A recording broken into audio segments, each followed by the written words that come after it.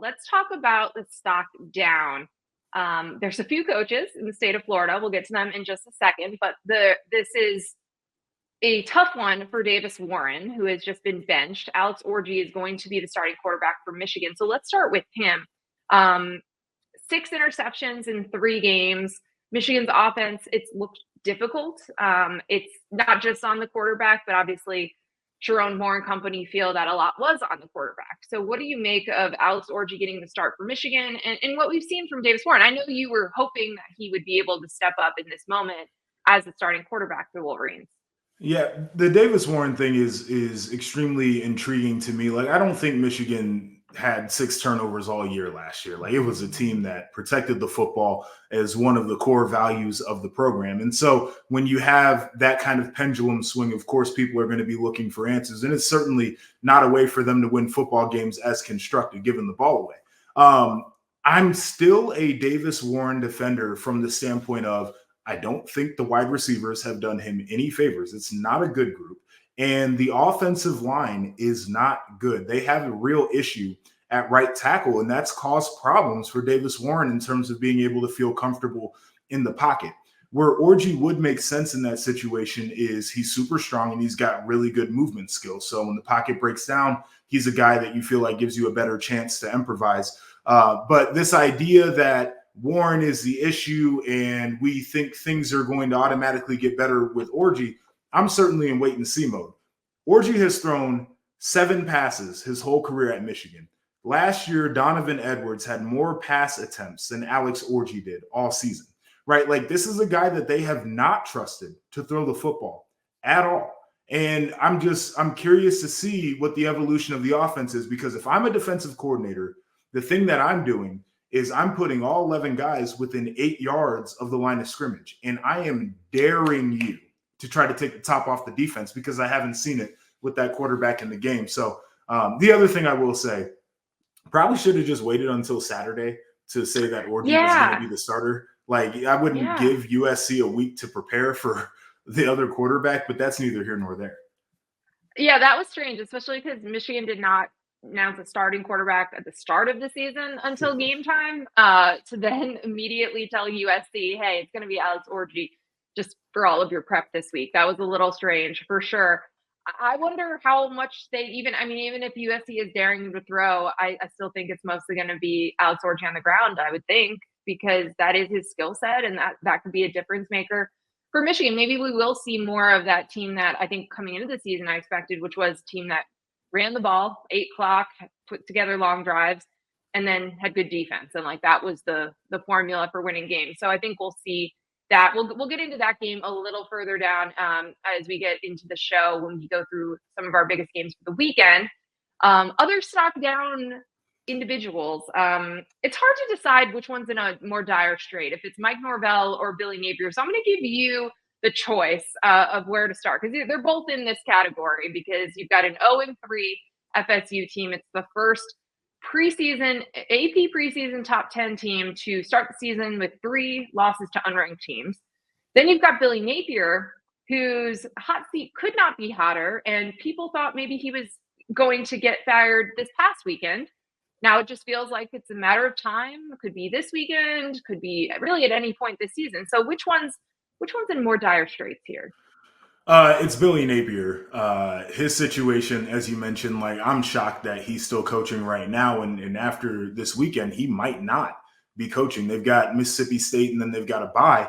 If you're going to make a move, bye week seems like it might be the time to do it. There have been conversations. It seems like the buyout money is ready to go there. And it's just not been good at all. Like, they don't look like a competent football team, certainly don't look like they've taken the steps to get better. And Florida, to me, is in a situation where it is a full rebuild. And it sounds crazy to say for the University of Florida, but they need somebody who is a program builder, somebody who knows how to come in, build a culture, who can get the players playing the way that they need to, and somebody who is going to put up a fence around some of these areas in Florida as well, because the talent is all right there for them to get. They just got to go out and get it. It's interesting what they're going to do because they went for the rising star group of 5 head coach last time in Billy Napier, right? And the program builder, all of the things that you're talking about. I think you're going to have to go for a big name, like a really established coach moving forward. So quickly, the buyout is around $27 million. So that's not insignificant. And half of it is due within 30 days. So again, kind of get that lump sum and then structure it the rest of the way. Couple other dynamics at play here. You've got an interim president at the University of Florida right now, and an athletic director who's on the hot seat. There's been a number of different investigations and scandals in some of the other sports that he's overseen. And there might be questions about, hey, do you want to get a new president in place to then make a decision about the athletic director and decide if he is going to make the next football hire or not? So those are some questions about like the next hire. I think you could still fire a coach with all of those moving pieces. But if you're interested in a Lane Kiffin or somebody else who might be in the college football playoff, they're going to be playing deep into December. So I think that's going to throw a wrinkle as well as you're kind of outlining the wish list of what you want in a coach.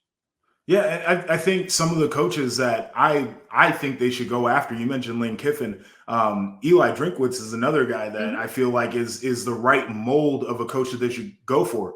To your point, there's a high likelihood that both of those guys are in the postseason, and we just know the cycle is crazy with the early signing period, all the things that happen at the end of the year, and hiring cycles that are going on. They're going to be in a little bit of a conundrum because I don't think that they could go back to back group of 5 guys because it didn't just work. Like they have to kind of get somebody more established, but the best established options are going to be guys who are likely in the postseason. Right. And so that, to your point, the early signing period moved up. So it's right around conference championships. The transfer portal opens the Monday after Selection Sunday. So that's early December. And these first rounds, like December 20th. Like this is really going to change, I think, the way that the coaching carousel works. Because for the last few years, it's been earlier and earlier because you want guys in by the time the portal opens. That's going to be very different. I think we're going to see some later changes, or at least hires because of that, if you do want someone who's in the playoff. So those are things to keep in mind. Mike Norvell, on the other hand, he's not on the hot seat.